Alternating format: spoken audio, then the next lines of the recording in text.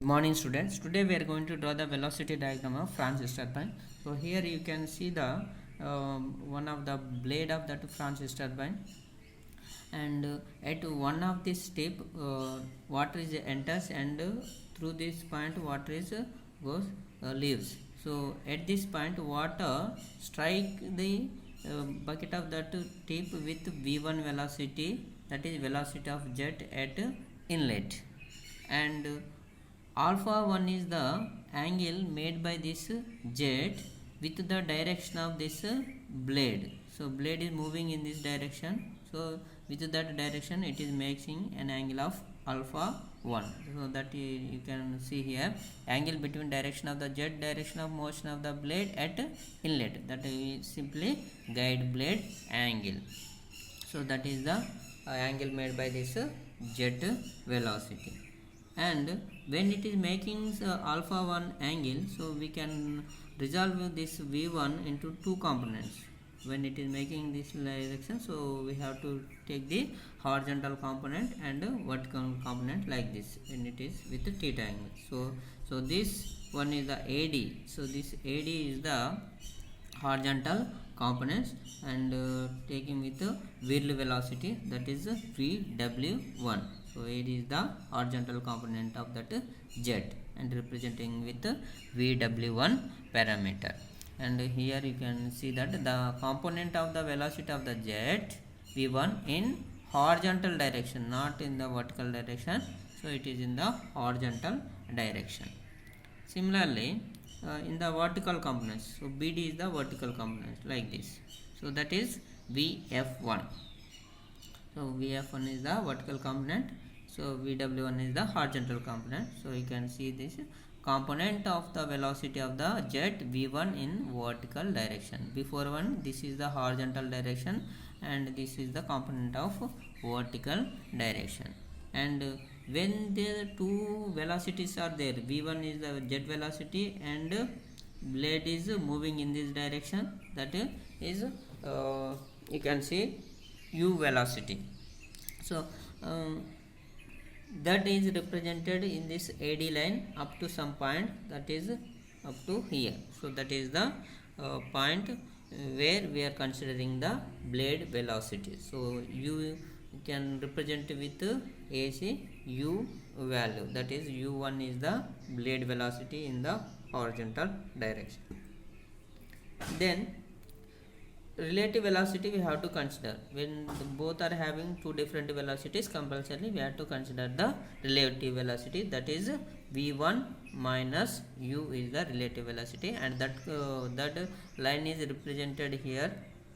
You can take that one. C2b is the relative velocity. So this one is the relative velocity line, and it makes an angle of beta 1. So you can consider this is the beta angle. So that can be angle between the relative velocity and direction of motion of the blade. So this is relative velocity and with the direction of motion of that vane, that is the beta 1 angle. So this is about the inlet velocity triangle. So at inlet, and coming to the outlet, so water is leaving here like this. So it is considered that axially leaving, that means to the blade direction it is radial, but as compared to the shaft it is axial direction, but to this blade its direction is vertical, that means radial. So radial means alpha angle is considering 90 degrees. So this is the vertical component, that is alpha angle, or at that position we consider the value is 90 degrees. So alpha, so first one values are one value, second at outlet we are representing notations with two angles, two notations. So alpha 2 is equal to 2. So this is the v2, that is jet velocity in the vertical direction. So when this v1 is makes alpha angle, so the horizontal and vertical components are there, vw1 and vf1, but here alpha 2 equal to 90 degrees, so there is no horizontal and vertical components. vw1 is becomes 0.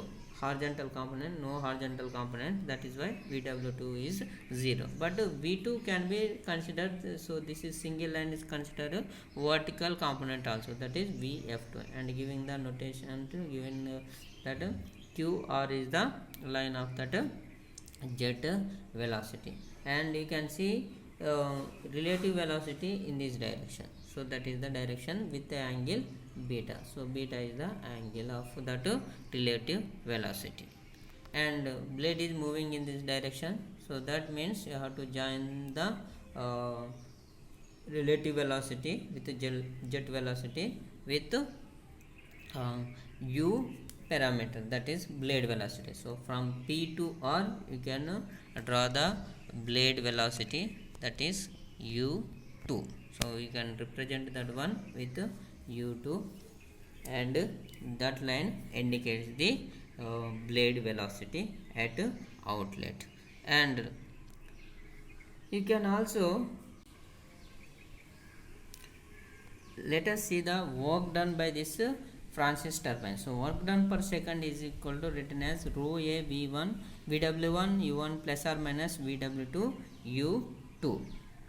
So this is the general formula for any turbine. That where all these parameters, why we are considering plus or minus means it depends on the alpha angle. So it mainly depends on the alpha angle at exit.